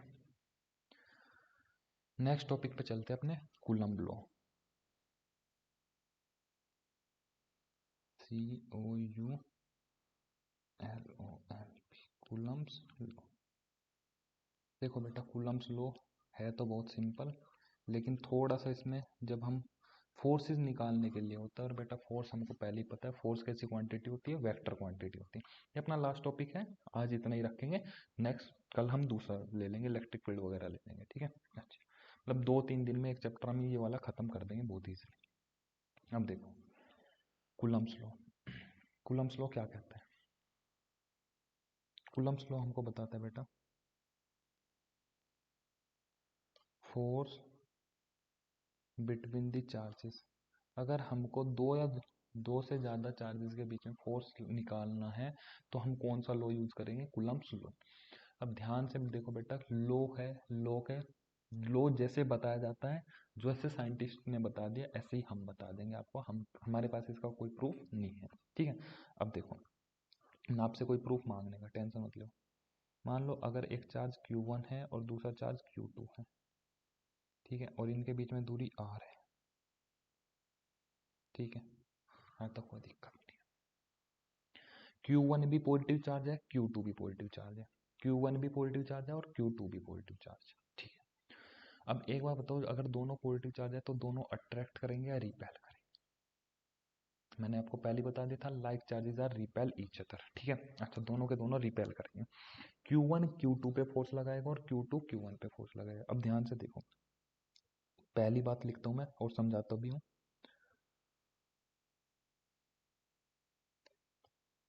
Coulomb force is a central force. कैसा फोर्स होता है बेटा, सेंट्रल फोर्स। अब ये सेंट्रल फोर्स क्या वाला है? सेंट्रल फोर्स मीन्स होता है बेटा, जो force acts along the force acts along the line joining. जो फोर्स कहाँ से लगते हैं, अलोंग दी लाइन ज्वाइनिंग। कैसे? अब देखो, Q1 Q2 के ऊपर फोर्स कैसे लगाएगा भाई, पॉजिटिव चार्ज है, पॉजिटिव चार्ज को अपने से दूर भगाएगा, तो फोर्स लगाएगा कैसे Q2 के ऊपर, तो along the line joining. Q1 और Q2 के बीच में जो लाइन ज्वाइन कर रही होगी उसी के अलोंग क्या लगाएगा, फोर्स लगाएगा। अब देखो कैसे लगाएगा।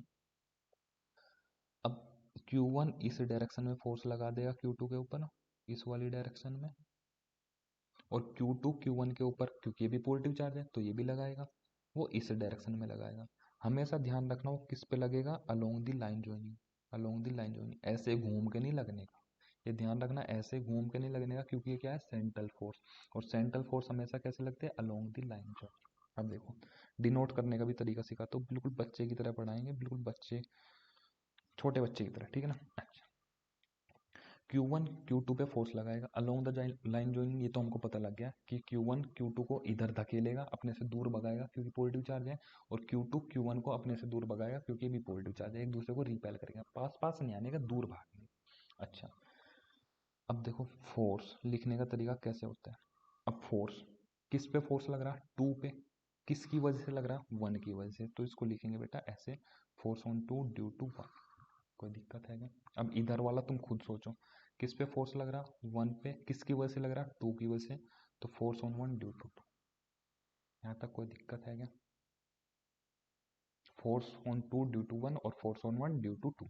अच्छा, अगर मेरे को निकालनी पड़ जाए कि Q2 पे कितना फोर्स लग रहा है Q1 की वजह से, तो मैं क्या निकालूंगा, फोर्स ऑन 2 ड्यू टू 1, और ये किससे निकालेंगे हम, कूलम कूलम्स लॉ से। अब ध्यान से देखो ये है क्या। अब देखो कूलम्स लॉ क्या कहते हैं, जो इनका दोनों के बीच में फोर्स लगेगा वो डायरेक्टली प्रोपोर्शनल होगा Q1 Q2 की मल्टीप्लीकेशन के, Q1 Q2 की मल्टीप्लीकेशन के। और इनवर्सली प्रोपोर्शनल होगा इन दोनों के बीच की दूरी के। अगर दूरी बढ़ाओगे तो फोर्स कम होगा और दूरी घटाओगे तो फोर्स ज़्यादा होगा। इनवर्सली प्रोपोर्शनल का यही मतलब होता है कि अगर डेनोमिनेटर आप बढ़ाओगे तो न्यूमिनेटर क्या हो जाएगा, कम हो जाएगा। अच्छा, अब ये जो दूरी है इसके स्क्वायर पे डिपेंड करता है, इसके स्क्वायर पे डिपेंड करता है, इसलिए इसको बोलते हैं बेटा हम इनवर्स स्क्वायर लो। इनवर्स, एक तो इनवर्सली प्रोपोर्शनल है और स्क्वायर में है तो इनवर्स स्क्वायर लो। आपने 11th में पढ़ा होगा ग्रेविटेशनल लॉ, तो ग्रेविटेशनल लॉ का फॉर्मूला आता है G m1m2/r², तो वो भी क्या है, इनवर्स स्क्वायर लॉ। ठीक है ना, तो पूछ लेते हैं कि कूलम्ब्स लॉ क्या इनवर्स स्क्वायर लॉ है, बिल्कुल इनवर्स स्क्वायर लॉ है। ठीक है, अच्छा, अगर हम इन दोनों को ऐड करेंगे तो हमारा जो रिजल्टेंट निकल के आएगा वो निकल के आएगा force is directly proportional Q1 Q2/r²।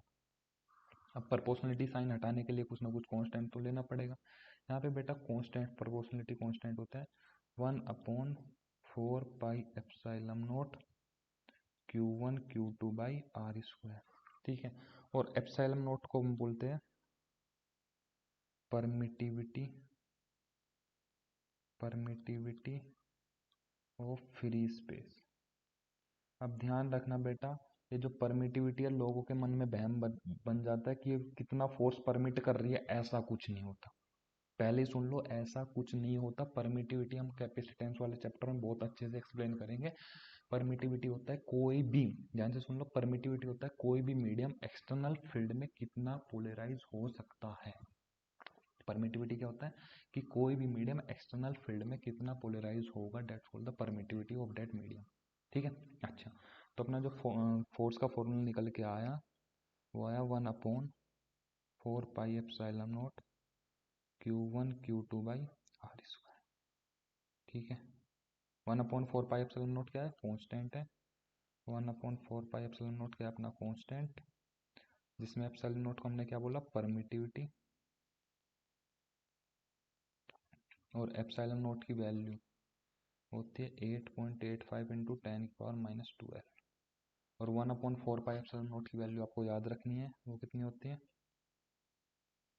9 into 10⁹। ठीक है, कोई दिक्कत।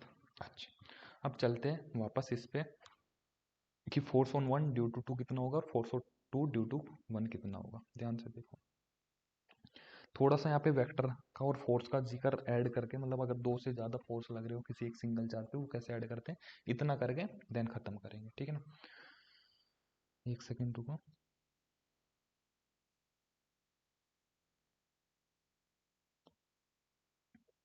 देखो,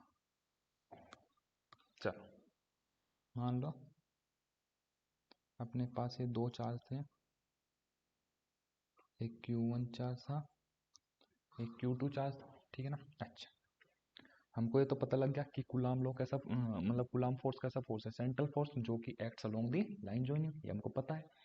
तो इस पे क्योंकि दोनों पॉजिटिव चार्ज है तो एक दूसरे को क्या करेंगे, रिपेल। तो फोर्स ऑन 2 ड्यू टू 1, और इस पे इधर की तरफ लग जाएगा force on 1 due to 2।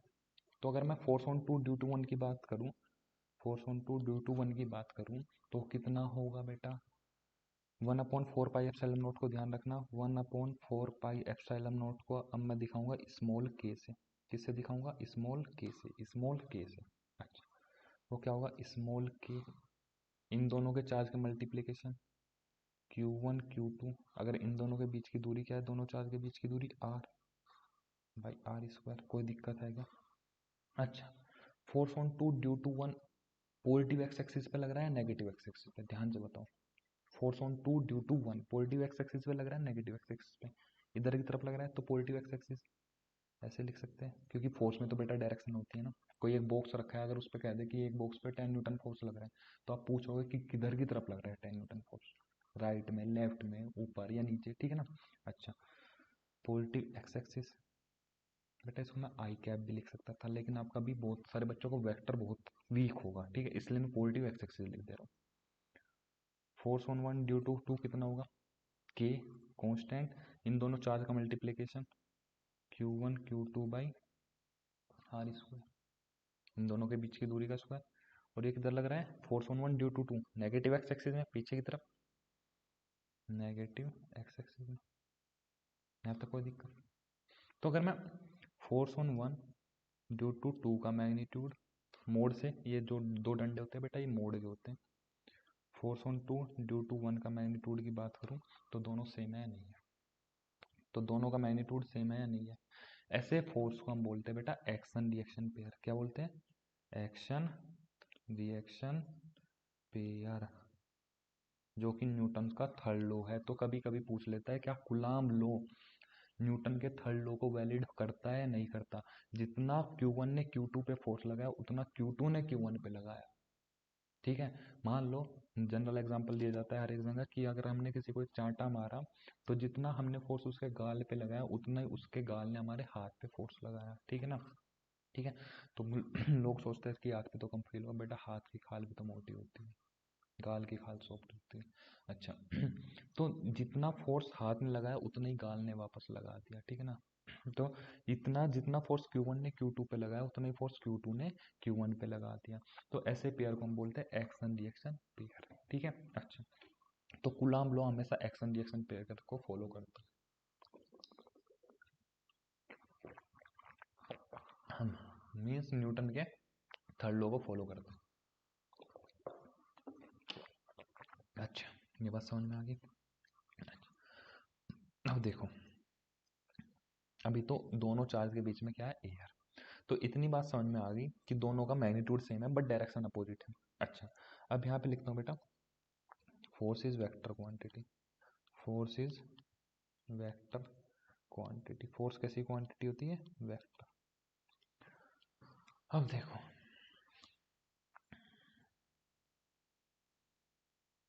Force is vector quantity. तो अगर फोर्स कैसी क्वांटिटी है, वेक्टर क्वांटिटी है, तो इसके अंदर क्या क्या होगा? एक तो ये क्या करेगी, फॉलोज वेक्टर सम। किसको फॉलो करेगा? वेक्टर सम को फॉलो। अभी बताता हूँ वेक्टर सम होता क्या। देखो बेटा, वेक्टर क्वांटिटी के पास तीन चीजें होनी चाहिए। पहला तो होनी चाहिए मैग्नीट्यूड, पहला तो क्या होना चाहिए, मैग्नीट्यूड। दूसरा क्या होना चाहिए, डायरेक्शन। और तीसरा क्या होना चाहिए, follows vector sum of addition. Vector sum of addition, ये बेटा बहुत इंपॉर्टेंट प्रॉपर्टी है, थर्ड वाली जनरली बताई नहीं जाती। अभी हम एक करंट पढ़ेंगे, करंट में डायरेक्शन भी होता है मैग्नीट्यूड भी होता है, बट फिर भी वो स्केलर होता है। स्केलर क्यों होता है? क्योंकि वो वेक्टर सम को फॉलो नहीं कर पाता। इसलिए तीनों प्रॉपर्टी आपको याद होनी चाहिए। अब देखो, मान लो मेरे पास एक बॉडी है, मेरे पास एक बॉडी है बेटा, जिससे ये आता है कोई बात नहीं, आप इसको स्किप कर देना, लेकिन मैं इस तरह पढ़ा रहा हूँ कि किसी बच्चे से ये भी नहीं आता होगा तो मैं उसको भी लेके चलूँ अपने साथ में। इस पे अगर मान लो फोर्स लग रहा है 10 न्यूटन, क्या लग रहा है, 10 न्यूटन फोर्स लग रहा है। ठीक है। अच्छा, तो बेटा फोर्स है, फोर्स तो कैसी क्वांटिटी होगी, वेक्टर क्वांटिटी। कैसी क्वांटिटी होगी, वेक्टर क्वांटिटी। और वेक्टर क्वांटिटी में तो दो चीज़ तो अनिवार्य होगी, मैग्नीट्यूड। तीसरा हम मतलब फोर्स वेक्टर क्वांटिटी है तो ये हमको पता है कि वो वेक्टर हमको तो फॉलो करेगा ही, मैग्नीट्यूड एंड डायरेक्शन। तो लिखते टाइम तो दो चीज़ें लिखनी है आपको, उसकी मैग्नीट्यूड एंड उसका डायरेक्शन। अब बेटा 10 न्यूटन, न्यूटन तो यूनिट है, तो फोर्स यहाँ पे हमको एक बात तो पता लग गया कि उसका मैग्नीट्यूड कितना है, 10। न्यूटन क्या है, यूनिट, न्यूटन तो यूनिट है, लेकिन इसकी डायरेक्शन कौन बताएगा? डायरेक्शन बेटा देखो, इधर की तरफ एक्स एक्सिस होती है, ऊपर की तरफ वाई एक्सिस होती है। ठीक है, जेड एक्सिस में बेटा बहुत सारे बच्चों को कन्फ्यूजन है, दिखा ऐसी जाती है। देखो, एक्स एक्सिस, वाई एक्सिस और जेड एक्सिस। जेड एक्सिस ये वाली होती है, एक्स एक्सिस ये वाली एक्स एक्सिस, वाई एक्सिस ये वाली, और बेटा जेड एक्सिस ये वाली होती है, इन तीन इन दोनों के परपेंडिकुलर। ये ऐसी तिरछी कोई नहीं होती, क्योंकि हम 2D में बना नहीं सकते, इसलिए हम ऐसे बना देते हैं, x axis, x axis, y axis and z axis. ठीक है। अच्छा, force is equal to 10 newton, magnitude तो लिख लिया, लेकिन इसका डायरेक्शन, डायरेक्शन बेटा किधर की साइड है, पॉजिटिव एक्स एक्सिस में। तो क्या, तो आप यहाँ पे लिखो positive x axis, positive x axis. या फिर हम यहाँ पे लेते हैं बेटा, मैं आपको पहले बता देता हूँ, यूनिट वेक्टर। क्या ले लेते हैं हम? Unit vector. अब यूनिट वेक्टर क्या होता है? यूनिट वेक्टर का बेटा यूनिट, यूनिट का मतलब तो समझ गए होंगे 1। यूनिट का मतलब कितना होता है? 1। इसका मैग्नीट्यूड कितना होता है? एक ऐसा वेक्टर जिसका मैग्नीट्यूड कितना होता है? 1। अब एक बार बताओ, अगर आप 10 की मल्टीप्लाई 1 में करोगे तो कितना आएगा? 1 ही आएगा। हाँ मतलब 10 ही आएगा। अगर आप 10 की मल्टीप्लाई 1 में करोगे तो कितना आएगा? 10 ही आएगा। तो यूनिट वेक्टर जिसका मैग्नीट्यूड 1 होता है, वो किसी के साथ अगर हम उसकी मल्टीप्लाई कर दे, उसका मैग्नीट्यूड को तो चेंज नहीं कर पाएगा। मान लो 10 के साथ हमने किसी यूनिट वेक्टर की मल्टीप्लाई कर दी, तो 10 का मैग्नीट्यूड तो चेंज नहीं कर पाएगा। लेकिन यूनिट वेक्टर के पास क्या होती है? Gives the direction. ये क्या देता है बेटा? डायरेक्शन देता है। अब रट लो, आप रट लो, एक्स एक्सिस का जो यूनिट वेक्टर होता है, यूनिट वेक्टर, वो वो उसको किससे डिनोट करते हैं? आई कैप से। उसको किससे डिनोट करते हैं? आई कैप से। और जो वाई एक्सिस का यूनिट वेक्टर होता है, यूनिट वेक्टर, वो किससे डिनोट करते हैं बेटा? जे कैप से। और जो जेड एक्सिस का यूनिट वेक्टर होता है, यूनिट वेक्टर, उसको किससे डिनोट करते हैं? के कैप से। ये ऊपर टोपी है, कैप, टोपी पहना दो बेटा सबको, ठीक है। अच्छा, अब यहाँ पे देखो, इस वाले केस में फोर्स इक्वल टू 10 न्यूटन था। Force equal to 10 newton, magnitude तो हमने लिख दिया, लेकिन हम अभी तक लिख रहे थे पॉजिटिव एक्स एक्सिस। लेकिन हमको पता है कि अगर मैं यूनिट एक्स एक्सिस के यूनिट वेक्टर की मल्टीप्लाई कर दूं, एक्स एक्सिस का यूनिट वेक्टर कितना है? 1, जिसका मैग्नीट्यूड कितना है? 1। अगर मैं आई कैप की बात करूँ, आई कैप का मैग्नीट्यूड कितना है? 1। और डायरेक्शन क्या देता है? X axis. डायरेक्शन क्या है बता देता है? ये एक्स एक्सिस। तो 10 इंटू आई कैप कर दो, तो सामने देखने वाले को ऑटोमेटिक पता लग जाएगा कि एक फोर्स है जिसका मैग्नीट्यूड 10 न्यूटन है, और यूनिट वेक्टर हमें क्या मल्टीप्लाई की? उसकी आई कैप। तो आई कैप मीन्स जिसका मैग्नीट्यूड कितना है? 1। लेकिन आई कैप से हमको एक बात पता लग गई कि वो कौन सी एक्सिस पे है वो वेक्टर? एक्स एक्सिस पे, ठीक है। अच्छा, अभी बहुत सारे एग्जांपल लेते हैं, टेंशन मत लो। मान लो एक ये बॉक्स है और इस पर 10 न्यूटन इधर की तरफ लगा दिया फोर्स, तो F इक्वल टू मैग्नीट्यूड कितना है? 10 न्यूटन। लेकिन डायरेक्शन कौन सी होगी? Minus x axis. Positive x axis के लिए प्लस आई कैप, माइनस एक्स एक्सिस के लिए माइनस आई कैप, यूनिट वेक्टर। तो माइनस आई कैप से ऑटोमेटिक देखने वाले को पता लग गया कि फोर्स किधर लग रहा है? माइनस एक्स एक्सिस पे, ठीक है। अच्छा, अब देखो,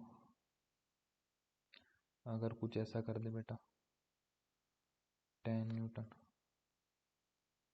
तो फोर्स इक्वल टू 10 न्यूटन, लेकिन लग किस पे रहा है? वाई एक्सिस पे। ये वाली तो वाई एक्सिस होगी। ऊपर की तरफ पॉजिटिव वाई होती है और नीचे की तरफ नेगेटिव वाई होती है, तो ये तो नीचे की डायरेक्शन में लग रहा है। तो माइनस जे कैप, क्योंकि यूनिट वेक्टर वाई एक्सिस का क्या होता है? जे कैप, ठीक है ना। अच्छा, और अगर कुछ ऐसा लग जाए,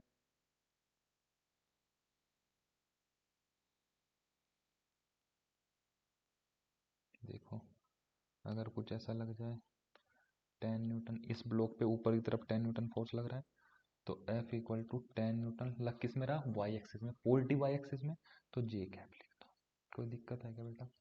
यहाँ तक तो कोई दिक्कत नहीं, समझ में आ रही है चीज़ें? अच्छा, अब देखो, अब हम अपने फोर्सेस से रिलेट करते हैं। मान लो मेरे पास यहाँ पे Q1 चार्ज है और यहाँ पे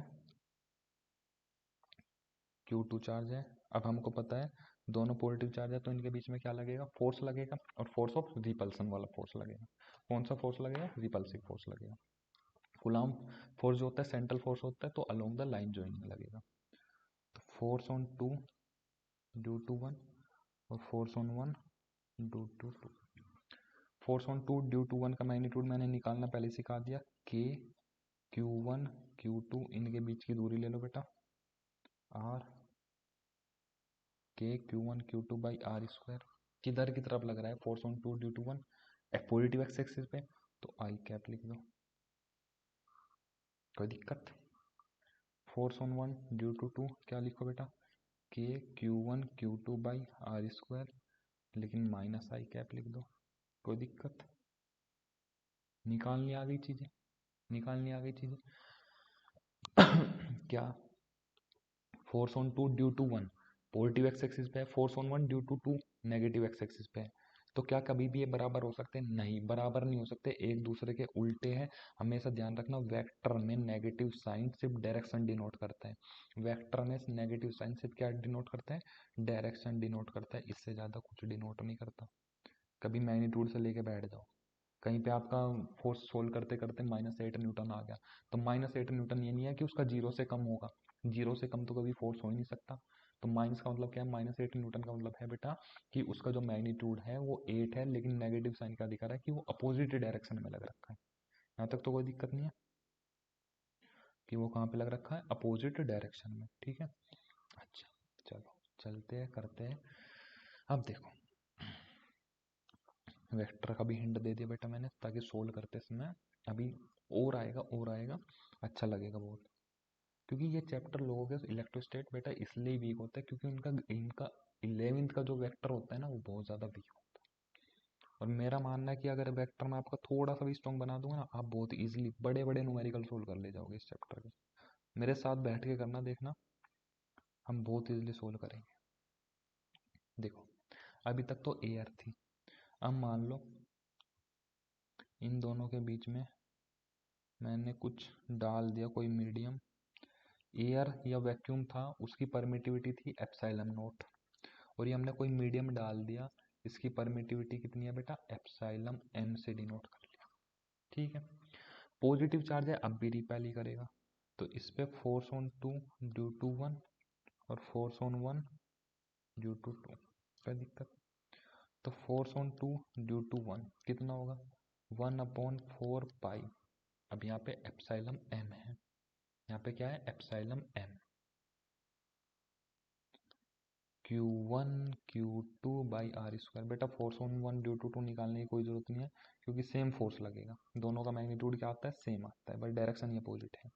वो मैंने आपको पहले ही बता दिया, एक्शन रिएक्शन पेयर थे। ठीक है, अच्छा, अगर यही दोनों चार्ज है, अगर यही दोनों चार्ज है और इन दोनों चार्ज के बीच में बेटा क्या है? एयर। इन दोनों चार्ज के बीच में बेटा क्या है? एयर। अगर इन दोनों चार्ज के बीच में एयर है तो इसकी परमिटिविटी, यहाँ पे जो परमिटिविटी एयर या वैक्यूम मान लो, उसकी परमिटिविटी हम डिनोट करते हैं एप्सिलॉन नॉट से। तो इधर की तरफ ही लगेगा क्योंकि दोनों पॉजिटिव चार्ज है, अलोंग द लाइन जोइनिंग लगेगा क्योंकि सेंट्रल फोर्स है। तो force on two due to one is equal to 1/1/4 pi epsilon naught. बेटा नोट्स जरूर बना लेना, अगर किसी ने सिर्फ देख रहा है वीडियो बैठ के, बेटा नहीं आएगी। तुम देखते रहो वीडियो, देखते रहो, कभी नहीं आने की तुमसे फिजिक्स। Q1 Q2/r²। यहाँ तो कोई दिक्कत? इसको बेटा इक्वेशन 1 मान लो, इसको इक्वेशन 2 मान लो। ठीक है, अब देखो, force on one due to, इसको मीडियम में ले लेते हैं, और force on two due to one इसको एयर में ले लेते हैं। इन दोनों का रेशो निकाल लो एक बार, 1/4 pi epsilon m Q1 Q2/r², 1/4 pi epsilon naught Q1 Q2/r²। इससे ये कटेगा बेटा पूरा, इससे ये कटेगा, यहाँ पे क्या बचेगा? Epsilon naught epsilon M, epsilon naught epsilon M. इधर की तरफ लिख देते हैं यहाँ पे। तो force on two due to one medium में, force on two due to one air में कितना है? Epsilon naught epsilon M. अगर मैं इसको उल्टा कर दूँ, अगर मैं इसको उल्टा कर दूँ, तो force on two due to one air में और force on two due to one medium में, ये कितना है? Epsilon M epsilon naught, epsilon M epsilon naught. Permittivity of medium divide by permittivity of vacuum, permittivity of medium, permittivity of vacuum, vacuum और air की लगभग लगभग बराबर होती है। इस चीज को बेटा बोलते हैं हम, इस चीज को, इस पे क्वेश्चन बनते हैं बेटा, ध्यान रखना, इसको बोलते हैं रिलेटिव। दूसरे कलर से लिख दूं यहाँ पे, रिलेटिव परमिटिविटी, रिलेटिव परमिटिविटी, या इसका दूसरा नाम होता है डाइलेक्ट्रिक, डाइलेक्ट्रिक कांस्टेंट। क्या होता है बेटा इसका? Dielectric constant. और इसको कैपिटल के से डिनोट करते हैं, किससे डिनोट करते हैं? कैपिटल के। तो मैं यहाँ पे लिख सकता हूँ force in air divide by force in medium is equal to epsilon m divide by epsilon naught, जिसको हम क्या डिनोट करते हैं? कैपिटल के से, जिसका नाम क्या है? रिलेटिव परमिटिविटी या डाइलेक्ट्रिक कांस्टेंट, डाइलेक्ट्रिक कांस्टेंट। तो अगर मैं फोर्स, अगर दो चार्ज के बीच में मैं किसी मीडियम को रख दूं, दो चार्ज के बीच में अगर मैं किसी मीडियम को रख दूं, तो यहाँ पे देखो क्या होता है। तो जो फोर्स लगता है मीडियम में, मीडियम रखने के बाद यहाँ पे देखो force on air divide by के। तो फोर्स जो एयर में फोर्स लगेगा उसका के टाइम्स क्या हो जाता है? डिक्रीज हो जाता है। अगर मैं किसी मीडियम को भर दूं दो चार्ज के बीच में, तो जो फोर्स है वो के टाइम्स क्या कर जाता है? डिक्रीज कर जाता है। तो आपको ऑप्शन में, मतलब अगर क्वेश्चन बना तो आपको डायरेक्ट ये भी क्वेश्चन पूछा जा सकता है कि अगर हम किसी डाइलेक्ट्रिक स्लैब को या डाइलेक्ट्रिक कांस्टेंट या कोई डाइलेक्ट्रिक मीडियम रख दे दो चार्ज के बीच में, तो फोर्स इंक्रीज करेगा या डिक्रीज करेगा? तो बेटा डिक्रीज कर जाएगा। एयर के रेस्पेक्ट में कितना डिक्रीज करेगा? जितना उनका डाइलेक्ट्रिक कांस्टेंट होगा, क्योंकि के से क्या हो रहा है? डिवाइड हो रहा है। कोई दिक्कत? यहाँ तक समझ में आई चीज? अब देखो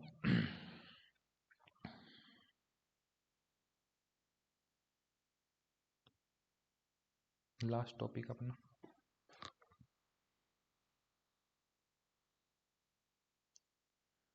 force due to multiple charges. एक इलस्ट्रेशन लेंगे उससे ही हो जाएगा अपना clear. Force due to multiple charges, ठीक है। यहाँ पे मान लो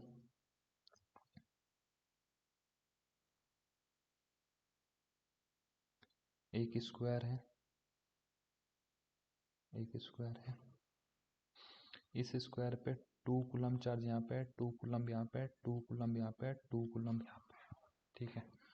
1 मीटर की दूरी है और कह देगा net force, net force on any charge. किसी भी चार्ज पे आप नेट फोर्स निकाल के बता दो, ठीक है। अब देखो, अब देखो, अब देखो कैसे निकालोगे, कैसे निकालोगे। अब ये वाला चार्ज और ये वाला चार्ज दोनों पॉजिटिव है, नहीं है? तो एक दूसरे को दोनों क्या करेंगे? रिपेल। तो अलोंग द लाइन ज्वाइनिंग करेगा, ऐसे करेगा। ये वाला भी पॉजिटिव है, ये वाला भी पॉजिटिव है, दोनों क्या करेंगे? एक दूसरे को रिपेल, तो ऐसे करेगा। ये वाला भी पॉजिटिव है, ये वाला भी पॉजिटिव है, दोनों एक दूसरे को क्या करेंगे? Repel. Along the line joining करेंगे, तो ऐसे करेंगे बेटा, ठीक है। अब एक फोर्स ये है, एक फोर्स ये है, एक फोर्स ये है, तीनों फोर्स को आप डायरेक्ट 2 + 3 के हिसाब से नहीं जोड़ सकते, क्योंकि ये क्या फॉलो करेंगे? वेक्टर सम, क्योंकि फोर्स कैसी क्वांटिटी है? वेक्टर क्वांटिटी है। तो अगर फोर्स वेक्टर क्वांटिटी है तो वेक्टर सम फॉलो करेगी। अच्छा, तो अब यहाँ पे आ जाओ, addition of vector, addition of vector. अब ध्यान से देखो, मान लो एक पॉइंट है, इस पे इधर की तरफ 10 न्यूटन फोर्स लग रहा है और इधर की तरफ 10 न्यूटन, मान लो ए फोर्स लग रहा है, इधर ए वेक्टर है और इधर की तरफ कोई बी वेक्टर है, ठीक है ना। अच्छा, इन दोनों को जोड़ना है, तो फॉर्मूला हम ड्राइव करते हैं 11th में, लेकिन उसका रिजल्ट यहाँ पे हमको क्या करना होता है? याद करना होता है।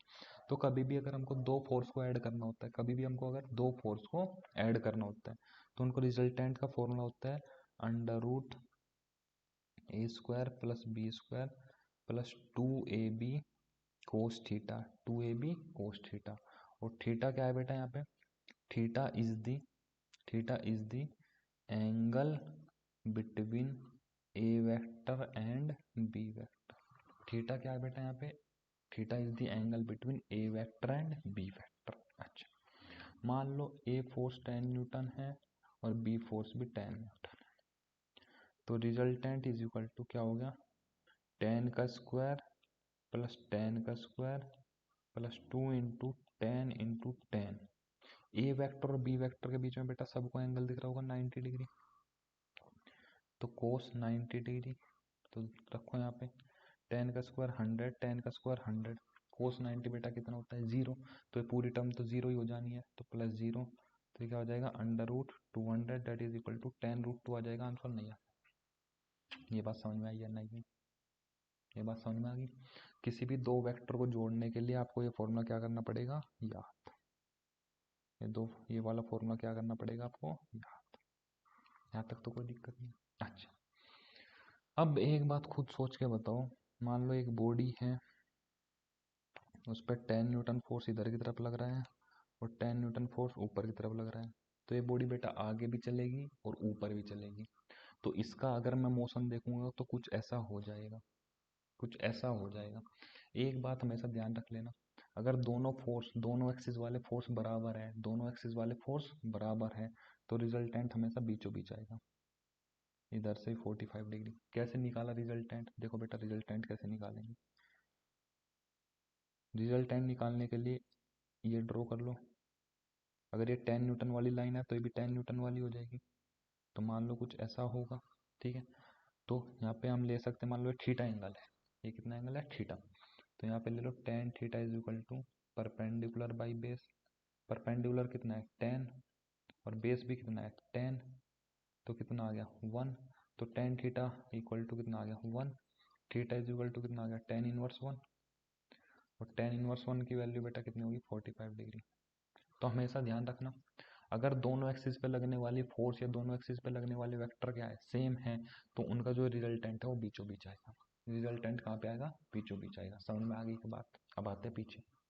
अब देखो, अगर मैं यहाँ की बात करूँ तो इस वाले फोर्स की वैल्यू, इस वाले फोर्स की, किस वाले फोर्स की बात कर रहा हूँ बेटा मैं, इस वाले फोर्स की, ध्यान से देखो, एक सेकेंड,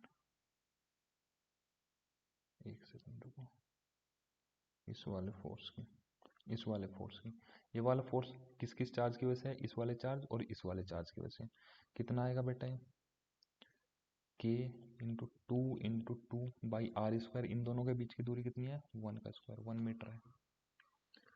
अगर मैं इस वाले फोर्स की बात करूँ, किस वाले फोर्स की, इस वाले फोर्स, ये वाला फोर्स किस किस चार्ज की वजह से, इस वाले चार्ज की वजह से और इस वाले चार्ज की वजह से, तो ये कितना आएगा force k into two by 1 metre है, तो 1 का स्क्वायर।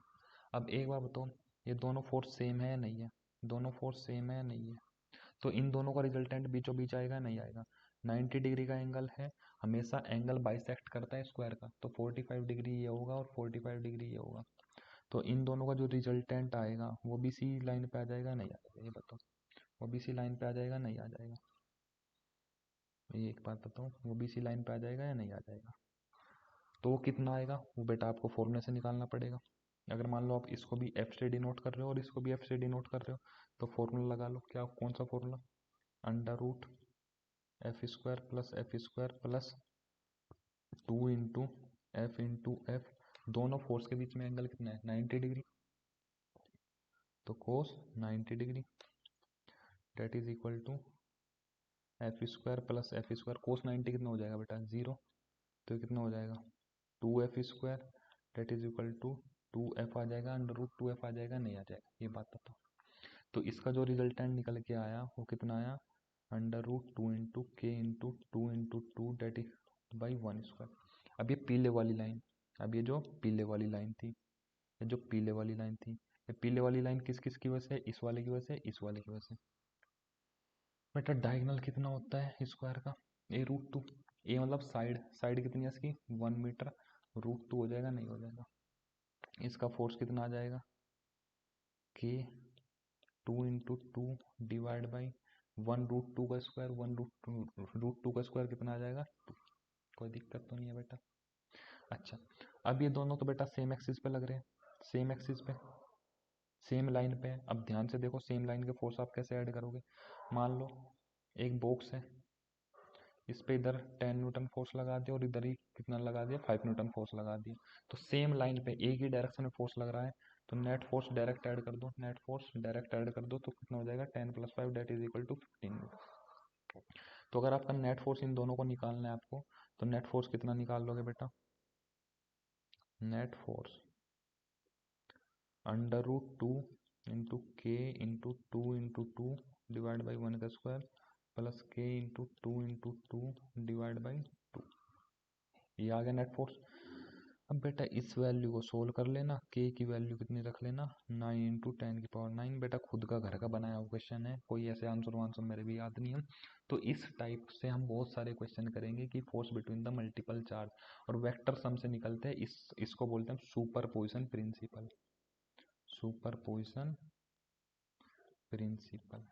ठीक है बेटा, वेक्टर सम से निकलते। आई होप थोड़ा बहुत समझ में आया होगा ये वाला क्वेश्चन। इस टाइप के मैं आपको कल 3-4 क्वेश्चन और करा दूंगा एनसीईआरटी बेसिक, तो आपको बहुत सारे बहुत अच्छे से हो जाएगा क्लियर। आई होप आपको आज का सेशन बहुत अच्छा लगा होगा। अगर अच्छा लगा बेटा सपोर्ट करो थोड़ा, ठीक है, लाइक शेयर सब्सक्राइब कर लेना चैनल को, और जो भी दिक्कत हो कमेंट में लिख देना, ठीक है बेटा। Thank you.